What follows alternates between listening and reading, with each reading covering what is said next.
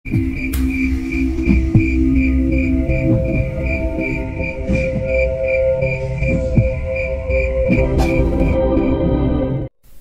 tahun 90-an, desa pesisir utara Jawa Tengah masih tampak seperti oase ketenangan. Hembusan angin dari laut, pepohonan kelapa yang meliuk di sepanjang pantai, dan hamparan sawah hijau membentuk panorama damai yang seolah tak terjamah oleh hiruk-pikuk kehidupan modern. Di tengah suasana desa yang tentram itu, ada satu sosok yang sangat dihormati oleh penduduk, Mbah Muhtar. Mbah Muhtar seorang guru ngaji sepuh yang telah puluhan tahun mengabdikan diri untuk mengajar Al-Quran kepada anak-anak desa, adalah pilar ketenangan di warga desa tersebut. Wajahnya selalu dipenuhi senyum, tubuhnya mungkin mulai rapuh oleh usia, namun tekad dan semangatnya tetap kuat. Setiap sore halaman rumahnya yang sederhana selalu dipenuhi suara anak-anak yang melafalkan huruf hijaiyah. Tanah tempat rumah Mbah Muhtar berdiri cukup luas, tak tersentuh ambisi duniawi, dan disiapkan untuk sebuah pesantren yang kelak akan dibangun saat Faiz, anak bungsunya, selesai menempuh pendidikan di pesantren Jawa Timur. Namun ketenangan yang sudah menjadi ciri khas desa itu mulai terusik dengan kehadiran sosok yang sangat berbeda dari Mbah Muhtar, Bambang, seorang tuan tanah yang terkenal dengan kekuasaan dan keserakahannya. Bambang memandang tanah milik Mbah Muhtar bukan sebagai tempat suci untuk membangun pesantren, tetapi sebagai lahan emas yang bisa menghasilkan keuntungan besar. Letak tanah itu dianggapnya sangat strategis, cocok untuk dibangun kos-kosan bagi para pendatang yang bekerja di daerah industri yang sedang berkembang tak jauh dari desa. Suatu pagi yang cerah, Bambang datang menemui Mbah Muhtar di rumahnya. Ia disambut dengan sopan, seperti halnya semua tamu yang datang ke rumah Mbah Muhtar. Namun tujuan Bambang kali ini berbeda. Setelah basa-basi singkat, ia langsung menuju maksudnya. "Pak Muhtar," Bambang mulai dengan senyum penuh tipu muslihat. "Saya dengar tanah panjenengan ini belum dipakai untuk apa-apa. Letaknya sangat bagus. Saya tertarik untuk membelinya." Mbah Muhtar tersenyum lembut. "Terima kasih Pak Bambang atas tawarannya. Tapi tanah ini sudah ada niatnya. Insya Allah akan saya bangun pesantren di sini kalau anak saya sudah selesai belajar." Bambang menahan senyum, tapi kekecewaan tampak di matanya. "Pesantren? Tanah seluas ini akan lebih bermanfaat kalau digunakan untuk usaha. Saya bisa bayangkan betapa banyaknya orang yang akan menyewa kos di sini. Saya bisa menawarkan harga yang sangat tinggi, Pak Muhtar." Namun, meski Mbah Muhtar tetap tersenyum, jawabannya tegas. "Maaf Pak Bambang, tanah ini bukan untuk dijual." Penolakan itu meskipun disampaikan dengan halus dan penuh hormat, membakar amarah Bambang. Di depan banyak orang, ia merasa dipermalukan, apalagi ia telah merencanakan proyek besar dengan tanah itu sebagai pondasinya. Baginya Mbah Muhtar hanya seorang tua yang keras kepala, tak mampu melihat peluang emas yang ada di depan matanya. Di balik senyum tipisnya, hati Bambang mendidih. Kegagalannya membeli tanah itu bukan hanya soal bisnis, tapi juga soal harga diri. Keserakahannya tak bisa menerima penolakan seperti itu, dan dendam mulai tumbuh dalam hatinya. "Baiklah Pak Muhtar, saya paham." Bambang bangkit dari tempat duduknya, wajahnya kaku meski bibirnya tetap tersenyum. "Semoga panjenengan berubah pikiran, Pak." Mbah Muhtar hanya mengangguk, tak menyadari bahwa Bambang telah menyimpan niat jahat di hatinya. Setelah kepergian Bambang, Mbah Muhtar kembali melanjutkan hari-harinya seperti biasa, mengajar, beribadah, dan bergaul dengan warga desa. Namun jauh di dalam dirinya, Bambang sudah mulai merencanakan sesuatu yang gelap. Baginya penolakan ini adalah penghinaan yang tak bisa dibiarkan begitu saja. Tak lama setelah pertemuan itu, Bambang mulai bergerak di jalur yang tak pernah diharapkan oleh siapapun di desa. Dengan dendam yang membara, ia mendatangi seorang dukun terkenal di daerah itu. Dukun itu memiliki reputasi sebagai orang yang kejam, yang bisa menundukkan siapa saja dengan ilmu hitamnya. Bambang memutuskan untuk menempuh jalan gelap demi mendapatkan apa yang ia inginkan. Tanah itu harus jatuh ke tangannya, apapun caranya. Beberapa malam setelah penolakan Mbah Muhtar atas tawaran Bambang, ketenangan yang selama ini menyelimuti rumahnya mulai terpecah.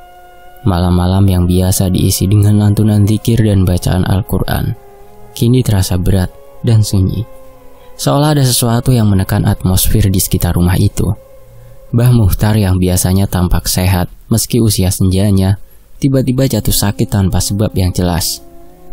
Tubuhnya lemas tak bertenaga, dan batuknya yang terdengar berat seolah merusak keheningan malam. Meski sudah dibawa ke puskesmas, tak ada obat yang mampu meringankan batuk tersebut. Istrinya, Nyai Fatimah, mulai cemas melihat kondisi suaminya yang kian menurun. Namun apa yang lebih membuatnya ketakutan adalah kejadian-kejadian aneh yang mulai menghantui keluarga mereka. Malam itu ketika seluruh rumah sunyi, terdengar ketukan di pintu depan. Awalnya, Nyai Fatimah mengira itu adalah santri yang mungkin datang terlambat. Ia berjalan pelan ke arah pintu. Namun saat dibuka, tak ada siapapun di luar. Angin malam hanya berhembus pelan, seolah membawa suara bisikan halus yang tak bisa dipahami. Nyai Fatimah merasa merinding, tapi ia berusaha untuk berpikir positif. Namun, suara ketukan itu tak berhenti. Kali ini lebih keras, seperti ada yang benar-benar ingin masuk. Nyai Fatimah memanggil Faiz, anak tertua mereka yang kebetulan sedang pulang dari pesantren. Mereka membuka pintu bersama, tapi lagi-lagi tak ada siapapun, hanya kegelapan pekat yang menyelimuti halaman rumah. Di dalam rumah, Mbah Muhtar tampak gelisah.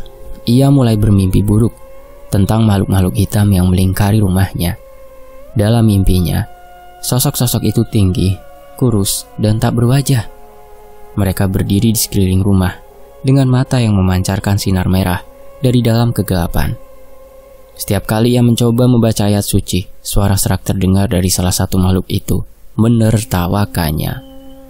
Mbah Muhtar terbangun dengan tubuh berkeringat dingin, merasakan sesuatu yang aneh dan mengerikan mengintai dari bayang-bayang.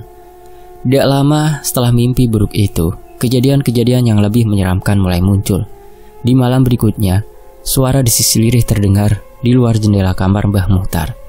Saat Nyai Fatimah mengintip dari celah tirai, ia melihat bayangan hitam melintas cepat di luar.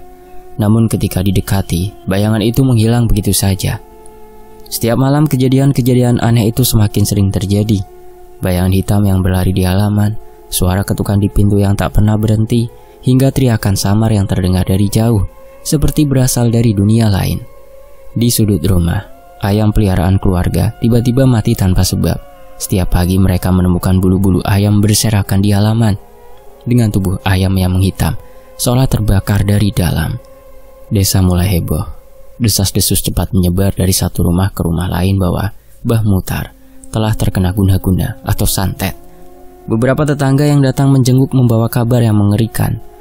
Mereka bercerita tentang suara-suara ganjil yang terdengar di sekitar rumah Mbah Muhtar setiap malam, tentang penampakan bayangan hitam yang berjalan dengan kepala terkulai, seolah tubuhnya tak punya tulang. Bahkan ada yang mengaku melihat sosok pocong berdiri di belakang rumah. Meski saat mereka mendekat, sosok itu menghilang dengan cepat. Nama Bambang mulai disebut-sebut. Banyak yang menduga bahwa dendamnya atas penolakan Mbah Muhtar telah membawanya ke jalan hitam. Meski tak ada bukti konkret, hanya banyak yang percaya bahwa Bambang telah menyewa dukun untuk mengirimkan guna-guna kepada Mbah Muhtar. Santet itu bukan sekedar untuk membuat Mbah Muhtar menderita. Bambang berharap bahwa dengan kondisi yang semakin memburuk, keluarga Mbah Muhtar akan menyerah dan menjual tanah itu. Baginya tanah itu terlalu berharga untuk dibiarkan. Namun, santet yang dikirimkan bukanlah sekedar guna-guna biasa. Mbah Muhtar merasakan bahwa apa yang menyerang dirinya bukan hanya penyakit fisik, melainkan sesuatu yang jauh lebih dalam. Malam demi malam, tubuhnya semakin lemah. Setiap kali ia mencoba berdiri untuk sholat, tubuhnya terasa berat, seolah ada beban yang tak terlihat menindih punggungnya. Suara batuknya menggema di seluruh rumah, semakin keras dan tak tertahankan. Suatu malam, ketika hujan turun deras, penampakan paling mengerikan terjadi. Faiz yang tengah membaca kitab di kamarnya mendengar suara aneh di luar jendela. Ia mendekat, mencoba melihat keluar. Tiba-tiba dari balik bayangan pepohonan, ia melihat sosok tinggi kurus dengan wajah kosong tanpa mata, berdiri diam memandang ke arah rumah. Sosok itu tidak bergerak, hanya berdiri tegak di bawah hujan deras. Sementara petir sesekali menerangi tubuhnya yang hitam legam. Faiz terkejut. Namun ketika ia berusaha mengamati lebih dekat, sosok itu menghilang dalam sekejap. Faiz segera berlari ke kamar Mbah Muhtar. "Bapak!" teriaknya panik.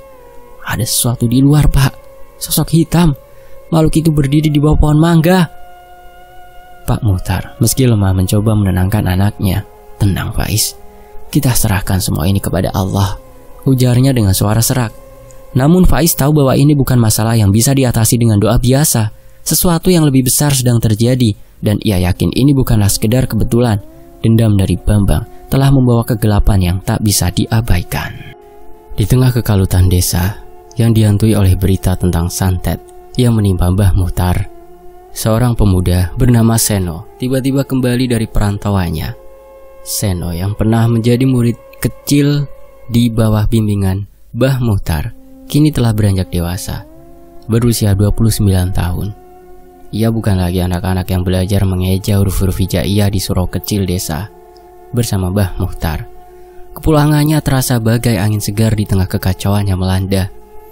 Begitu mendengar kabar tentang misterius sakitnya yang menimpa Mbah Muhtar, hati Seno tergerak. Ia merasa berutang budi kepada sang guru yang pernah membimbingnya dengan penuh kesabaran. Selain itu, kenangan masa kecilnya dengan Mbah Muhtar begitu kuat. Guru yang selalu berbicara tentang kebaikan, kejujuran dan kesabaran. Nilai-nilai yang kini terancam oleh kejahatan yang tak terlihat. Namun, Seno bukanlah pemuda biasa. Setelah menyelesaikan pendidikannya di luar kota, ia juga sempat mendalami ilmu kejawen dan mistis, terutama yang berkaitan dengan dunia gaib. Meski tak pernah sepenuhnya melibatkan diri dalam praktek klinik, pengetahuannya tentang ilmu hitam, guna-guna dan santet cukup mendalam. Ia mengerti bagaimana dunia ini bekerja, bagaimana ilmu hitam bisa menghancurkan, namun juga bisa dipatahkan jika seseorang tahu caranya. Setelah melihat kondisi Mbah Muhtar yang semakin memburuk, Seno mengambil langkah.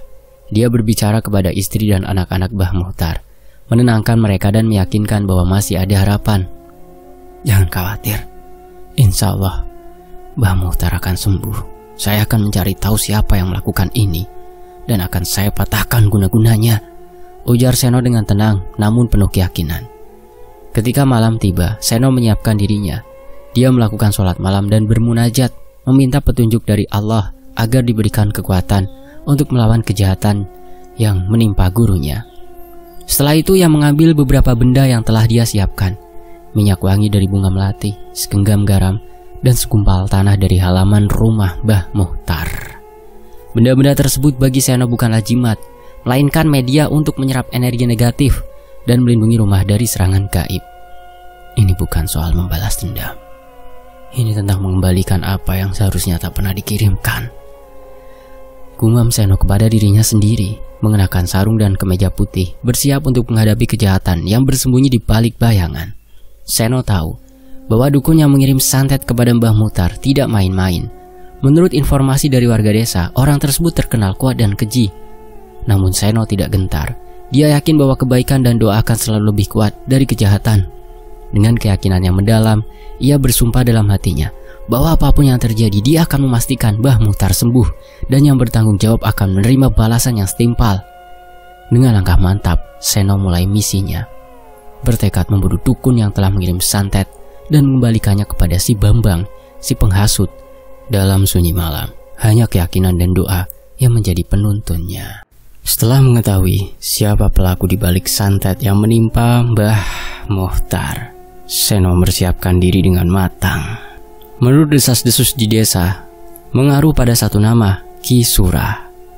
Sebelum mendatangi Ki Suro, Seno melakukan tirakat, berpuasa mutih dan berzikir selama beberapa hari untuk memperkuat batin, menjaga kejernihan jiwanya. Tirakat ini, menurut ilmu kejawen, penting untuk melawan ilmu hitam, karena membuka energi spiritual yang bisa melindunginya dari serangan gaib. Dalam sunyi malam, Seno berdoa memohon perlindungan dari Sang Pencipta, menguatkan keyakinannya bahwa kebenaran akan selalu mengalahkan kejahatan. Malam yang ditentukan akhirnya tiba. Seno berangkat menuju hutan tempat Ki Sura biasa menjalankan praktiknya. Di tengah malam pekat, suara angin berhembus di antara pepohonan, menciptakan suara yang terdengar seperti bisikan makhluk tak terlihat. Suasana semakin mencekam ketika Seno tiba di sebuah bukit kecil, di mana sebuah pondok reot berdiri. Tempat itu begitu sepi, namun auranya terasa berat dan mengerikan, seolah ada sesuatu yang mengintai dari balik kegelapan. Sesampainya di sana, Seno tidak butuh waktu lama untuk melihat sosok Ki Sura keluar dari pondoknya. Tubuh kurusnya dibalut kain hitam dengan mata tajam yang bersinar di tengah kegelapan. Kisura menyambut kedatangan Seno dengan senyum sinis. "Kisuro," kata Seno dengan suara tegas. "Aku tahu apa yang kau lakukan pada Mbah Muhtar. Kau kirim santet untuk mencelakainya kan atas perintah Bambang? Aku datang untuk menghentikanmu dan mengembalikan santet itu kepada yang mengirim." Kisura tertawa dingin. Suaranya menggema seperti datang dari dasar lembah. "Kau pikir seorang anak ingusan seperti kau bisa mengalahkanku? Banyak yang mencoba, tapi mereka semua gagal." Seno menatap Kisuro tanpa rasa takut. Dia sudah siap dengan segala kemungkinan. Di balik pakaiannya, Seno membawa beberapa benda sakral yang telah diisi energi positif, termasuk sebilah keris kecil yang diwariskan dari kakeknya, seorang kejawen yang pernah menjadi pelindung spiritual di masa lalu. Keris itu diyakini mampu menetralkan energi negatif, termasuk guna-guna dan santet. Seno mulai membaca doa-doa khusus dan mantra pelindung yang diajarkan oleh gurunya. Tiba-tiba suasana sekitar berubah. Angin kencang berhembus dan suara-suara aneh terdengar di sekeliling mereka. Dari sudut matanya, Seno bisa melihat bayangan-bayangan bergerak cepat di antara pepohonan. Makhluk-makhluk itu tampak seperti sosok hitam dengan mata merah menyala, melayang tanpa kaki, menghampiri dari berbagai arah. Kisuro tertawa lebih keras. Kali ini terdengar lebih menakutkan. "Kau pikir doa-doamu bisa melawan pasukanku? Mereka sudah bersamaku selama bertahun-tahun dan tak ada yang bisa menghentikan mereka." Seno tidak terpengaruh oleh ancaman Kisuro. Ia tahu bahwa makhluk-makhluk itu hanyalah alat dukun untuk menakut-nakuti. Dengan penuh konsentrasi, Seno mengarahkan kerisnya ke arah bayangan-bayangan itu sambil mengucapkan mantra pembalik.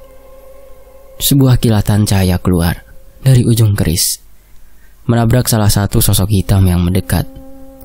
Makhluk itu mengeluarkan suara melengking, kemudian menghilang dalam asap tipis. Kisura tampak terkejut, namun dia tidak menyerah.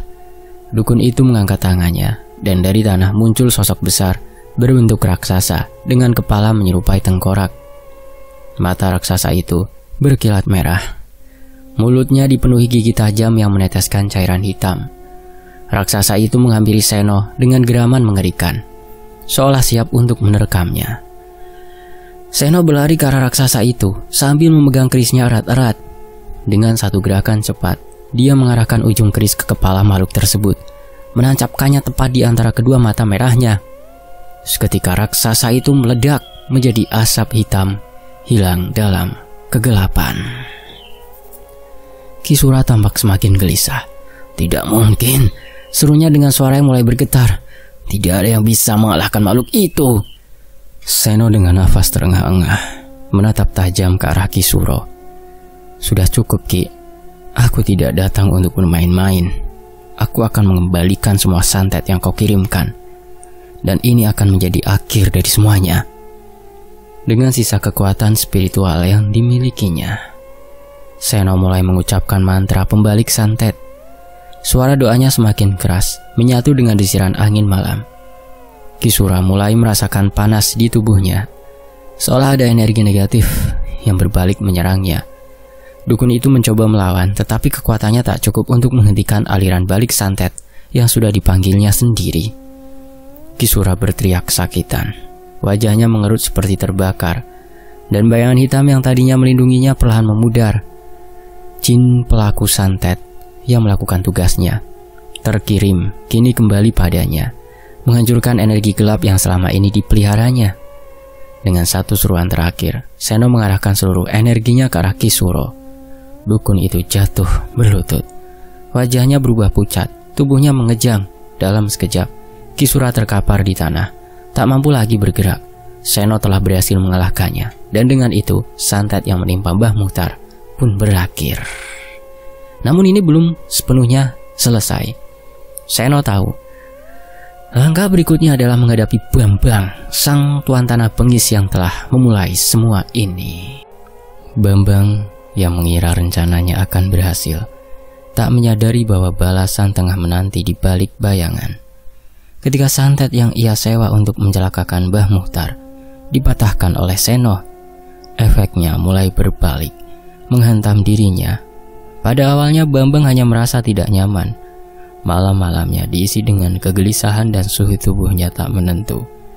Kadang panas, kadang dingin. Namun dalam beberapa hari rasa sakit mulai menjalari seluruh tubuhnya. Seperti ada ribuan jarum yang menembus kulitnya, menusuk-nusuk dari dalam, hingga membuatnya menggeliat kesakitan. Di setiap malam, teror mulai menyerang tidurnya. Bayang-bayang hitam dengan sosok mengerikan mendatanginya dalam mimpi, merayap dari sudut-sudut kamarnya. Pada suatu malam yang sangat dingin, Bambang terbangun dari mimpi buruk dengan keringat mengucur deras. Saat membuka matanya, pemandangan mengerikan menyambutnya. Di sudut kamar, samar-samar terlihat sosok tinggi dengan tubuh hitam, legam, dan mata merah menyala, berdiri tak bergerak, menatap Bambang dengan tatapan penuh amarah. Sosok itu tak seperti manusia. Tubuhnya besar, wajahnya tak tampak jelas karena ditutupi kabut hitam yang mengelilinginya. Namun dari bentuknya, Bambang bisa merasakan aura kematian yang dingin dan mematikan. Suara serak, berat, dan bergema terdengar dari mulut sosok tersebut. "Kau mengambil yang bukan hakmu, Bambang." Suara itu berat, menggelegar di dalam kamar yang tiba-tiba terasa sangat sesak. Bambang tersentak, berusaha mundur dari tempat tidurnya. Namun tubuhnya terasa lumpuh. Dia ingin berteriak, namun suaranya terhenti di tenggorokan. Sosok hitam itu perlahan-lahan mendekatinya. Langkahnya tak terdengar, namun setiap gerakannya seolah membuat udara di sekitarnya semakin menekan. "Kau telah mencelakakan orang baik." Sosok itu berbisik, namun suaranya terdengar di setiap sudut ruangan. "Dan sekarang giliran waktumu." Tubuh Bambang gemetar. Rasa takut yang luar biasa menyelimutinya. Dia merasa seluruh ruangan menjadi lebih gelap, seperti ditelan oleh kehadiran makhluk gaib itu. Sosok menyeramkan dengan mata merah menyala terus mendekat. Dan tepat saat wajahnya nyaris terlihat jelas, Bambang pingsan. Keesokan harinya tubuhnya semakin melemah. Rasa sakit di sekujur tubuhnya semakin parah, dan kulitnya tampak memucat. Dia tak bisa lagi menjalankan aktivitas sehari-hari. Dalam hitungan hari, Bambang jatuh sakit parah. Tak ada dokter yang bisa memberikan diagnosis pasti. Setiap kali malam tiba, bayangan hitam yang menyeramkan itu kembali menghantuinya. Kali ini mereka muncul lebih nyata, mendekatinya dengan cepat, hingga Bambang bisa merasakan dinginnya udara saat mereka melewati tubuhnya. Suara-suara aneh selalu terdengar dari atap rumahnya di tengah malam, seperti langkah kaki berat yang berlarian di atas genteng. Namun setiap kali Bambang memeriksa, tak ada siapapun di sana. Di malam-malam tertentu dia melihat sosok-sosok kecil dengan tubuh kerdil dan wajah yang tak berbentuk bergerak di sudut-sudut kamarnya, seolah mengintai. Sosok-sosok itu kadang memanggil namanya dengan suara bisikan serak, membuat bulu kuduknya meremang. Desa pun kembali heboh, tetapi kali ini desas-desusnya menyebar mengenai pembalasan santet yang telah dipatahkan oleh Seno dan kini berbalik menyerang si Bambang. Banyak warga yang yakin bahwa apa yang terjadi pada Bambang adalah karma atas kejahatan yang dilakukannya terhadap Mbah Muhtar. Bahkan orang-orang yang dulu takut berbicara tentang Bambang kini mulai berbisik-bisik mengaitkan sakit misteriusnya dengan perbuatan santet yang ia kirimkan kepada Mbah Muhtar. Bambang, dalam ketakutannya yang semakin menjadi, mulai kehilangan akal sehat. Mimpi-mimpi buruk tentang sosok-sosok hitam, raksasa dengan wajah tengkorak, dan makhluk-makhluk kerdil terus menghantuinya setiap malam. Ia sering terbangun di tengah malam dengan mata terbuka lebar, berteriak-teriak ketakutan, meminta ampun kepada makhluk-makhluk yang menghantui hidupnya. Dalam keputusasaannya, Bambang mencoba mencari bantuan dari beberapa dukun lain. Namun setiap usaha yang dilakukannya berakhir sia-sia. Tak ada satupun dukun yang sanggup menangkal santet yang kini telah menempel erat di tubuhnya. Setiap malam, teror semakin nyata, hingga pada akhirnya Bambang benar-benar kehilangan kontrol atas hidupnya. Tubuhnya kian kurus, tulangnya terlihat mencolok di balik kulitnya yang memucat. Sorot matanya kosong, dipenuhi ketakutan yang tak bisa dihilangkan. Seiring berjalannya waktu, kesehatan Mbah Muhtar perlahan mulai pulih. Tubuhnya yang semula lemah kini kembali bertenaga. berkat ikhtiar Seno yang berhasil mematahkan santet yang mengincar jiwanya. Santet itu yang dikirim dengan penuh kedengkian oleh Bambang telah kembali kepada pengirimnya. Meski begitu, Mbah Muhtar tak pernah menyimpan dendam. Dia yakin bahwa setiap cobaan yang datang adalah ujian yang harus diterimanya dengan kesabaran dan ketulusan, seperti yang diajarkan dalam agamanya. Ketenangan kembali ke rumah sederhana Mbah Muhtar, dan anak-anak desa yang dulu sempat takut datang, kini kembali ke pelajaran mengaji mereka. Seno sering duduk di samping Mbah Muhtar, berbincang-bincang tentang kehidupan dan makna keikhlasan. Bagi Mbah Muhtar, kekuatan sebenarnya bukan terletak pada kemampuan seseorang untuk mengalahkan musuhnya, melainkan pada kemampuannya untuk memaafkan. Namun, nasib Bambang berbalik drastis. Bisnisnya mengalami kemerosotan tajam. Segala yang dia sentuh tak lagi mendatangkan keuntungan. Tanah yang dia idam-idamkan tak pernah menjadi miliknya. Dan berbagai proyek yang dia jalankan tak berhasil membuahkan hasil. Keluarganya mulai menjauh, meninggalkannya dalam kesendirian.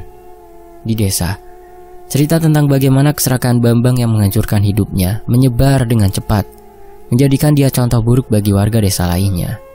Suatu sore terdengar kabar bahwa Bambang harus menjual harta bendanya untuk melunasi hutang-hutangnya.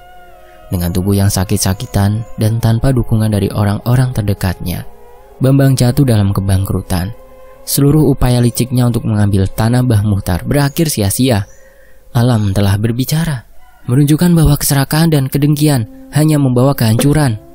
Seno yang kini telah kembali ke kehidupannya yang sederhana, merasa puas karena telah membantu membalas budi kepada Mbah Muhtar, guru ngaji yang dulu mendidiknya dengan penuh kasih sayang. Dia tak mencari pujian atau penghargaan, hanya ketenangan dalam hatinya bahwa dia telah melakukan sesuatu yang benar. Dalam setiap langkahnya, Seno membawa pesan yang diajarkan oleh gurunya, bahwa ilmu dan kekuatan gaib hanya boleh digunakan untuk kebaikan, untuk menolong sesama, bukan untuk merusak dan menghancurkan. Seno sering berbicara kepada para pemuda di desa, mengingatkan mereka akan bahaya dari ilmu hitam dan ambisi yang tak terkendali. Ia menekankan pentingnya menjaga hati tetap bersih dan murni, serta menggunakan ilmu yang dimiliki untuk melayani kebenaran, bukan untuk menjatuhkan orang lain. Kata-katanya sederhana, namun selalu membekas di hati mereka yang mendengarnya. Kisah ini bukan hanya tentang misteri santet yang menegangkan, melainkan juga tentang pertarungan abadi antara kebaikan dan keserakahan. Dalam akhir yang penuh makna, kebaikan yang diwakili oleh kesederhanaan, ketulusan, dan kebijaksanaan Mbah Muhtar menang atas kedengkian dan keserakahan yang merasuki hati Bambang. Demikianlah sebuah kisah. Semoga terhibur. Sampai jumpa di kisah lainnya. Tetap di Fakta Sejarah. Saya pamit. Wassalamualaikum.